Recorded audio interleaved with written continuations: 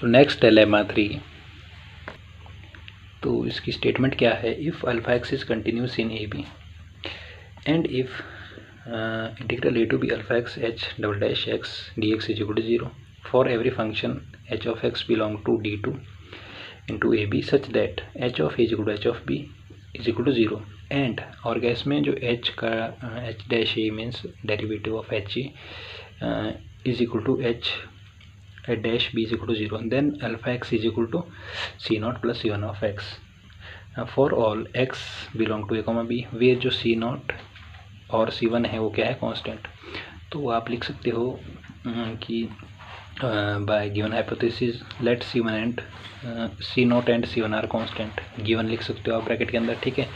तो हमारे पास अगर इस टर्म को सॉल्व करें तो हमारा देखो अल्फा एक्स से इसको पीछे लेके आओ तो minus C0 minus C1 x ये टर्म बन जाएगी। तो integral A to B alpha x minus C0 minus C1 x into d x is equal to 0, ये बन के फर्स्ट इक्वेशन, ठीक है। अब हमने निकालनी एच ऑफ एक्स की वैल्यू भी, तो हमारे पास आ जाएगा integral A to b as it is, ठीक है। सेकंड आ जाएगा हमारे पास इंटीग्रल ए टू एक्स, और इधर एक्स की जगह आपके पास सेकंड आ जाएगा, एक्स की जगह आप क्या चेंज आएगा, अब जाई आ जाएगा, ठीक है।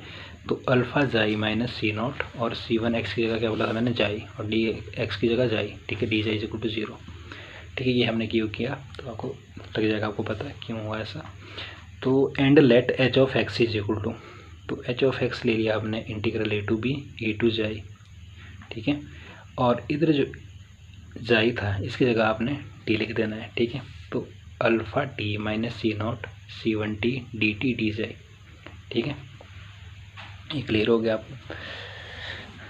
फर्स्ट में क्या किया हमने, इधर एक्स की जगह हमारे पास जाई आ गया और इधर जाई की जगह अब टी आ गया, ठीक है। ये चेंज हुआ इधर, तो इसको इक्वेशन 3 दे देनी है आपने।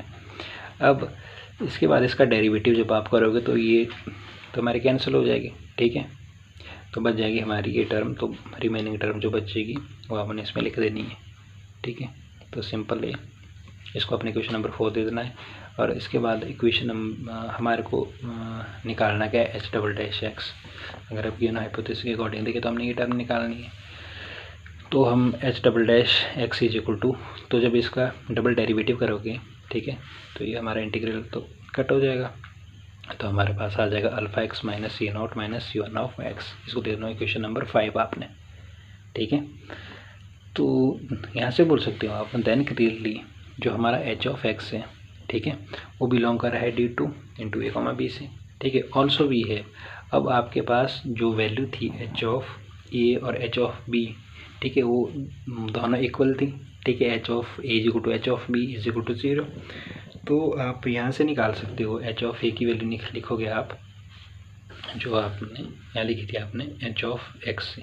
तो इसमें क्या चेंज आएगा आपका, अब एच ऑफ ए है तो आपने इंटीग्रेशन आएगी आपकी इंटीग्रल ए टू ए, ठीक है, और ए टू जाइए एज इट इज आ जाएगा, ठीक है।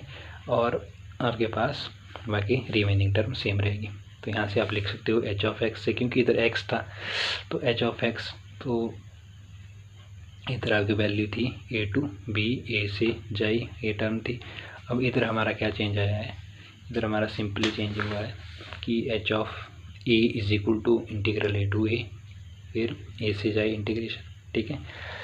और alpha T minus C0 minus C1 T D T D जाए as it is equal to आ गया आपके पास ये 0, एंड एच ऑफ बी की वैल्यू आ जाएगी आपके पास integral A to B A to जाए ये term as it is D T is equal to 0। तो जब ये आपकी आई कहाँ से, बाय 2 से, ठीक है, कहाँ से आई आपकी बाय 2 से, ठीक है, क्योंकि इसी से ये टर्म बनी है, इसी से ये टर्म बनी है। कैसे, क्योंकि आपने जाए की जगह टी पुट किया, ठीक है। तो आप सिंपली लिख सकते हो इसको।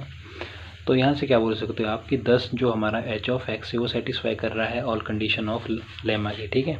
सो बाय गिवन हाइपोथेसिस, तो आपके पास जो गिवन हाइपोथेसिस था स्टार्टिंग में वो था alpha x h dash x D x integral A to b is equal to 0। इसको इक्वेशन नंबर 6 दे दो।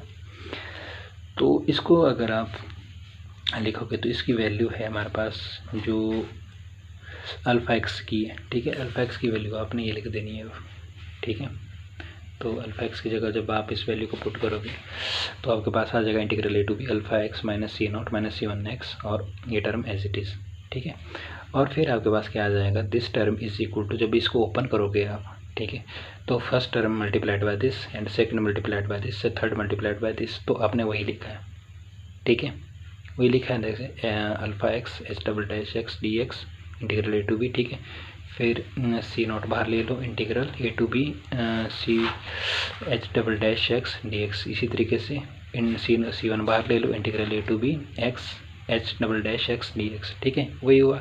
अब आपको पता है कि जो ये टर्म है बाय गिवन हाइपोथेसिस से तो जीरो है, तो करनी है आपने यही दो टर्म सॉल्व, तो ये टर्म जीरो आ गई, ठीक है, तो ये आ जाएगा आपके पास। जब इसकी इंटीग्रेशन करोगे तो ये तो सिंपल है, सी वन सी नॉट आपने बाहर ले लिया तो ये आ जाएगा H of E minus H of E minus इसका जगह एक्स बाहर ले लो, H of S dash B minus S dash A, और फिर इसकी इंटीग्रेशन करनी है, तो ये टर्म तो आपकी जीरो आ जाएगी सॉल्व करके, ये भी जीरो आ जाएगी, तो इसकी इंटीग्रेशन करोगे तो लिमिट लग जाएगी h of b minus H of e, upper limit minus lower limit, ठीक है, तो इंटीग्रेशन है सिंपल, तो ये टर्म आ जाएगी आपके पास जीरो। तो ऑन द अदर हैंड यही टर्म आपके पास क्या बनेगी, जैसे आपने लेमा 2 में किया था, तो ये टर्म तो एज इट इज रहेगी, एच डबल डैश एक्स की वैल्यू आपने निकाली है, वो है ये, ठीक है, तो इसका मतलब ये है कि इस टर्म को आपको स्क्वायर लिख सकते हो, ठीक है, इसका स्क्वायर, ठीक है, 2 टाइम्स से तो आपने स्क्वायर लिख लिया। और बाय अगर आप 7 और 8 को कंपेयर करो तो जो ये टर्म थी, this term is equal to zero था इक्वेशन 7 में, ठीक है, और इक्वेशन 8 में ये टर्म है आपके पास इसके इक्वल है, तो जब 7 और 8 को कंपेयर करोगे तो this term is equal to zero, तो 7 8 को जब आप कंपेयर करोगे तो आपके पास ये टर्म लिखनी है आपने, integral A to B alpha x minus C one X का square is equal to zero, ठीक।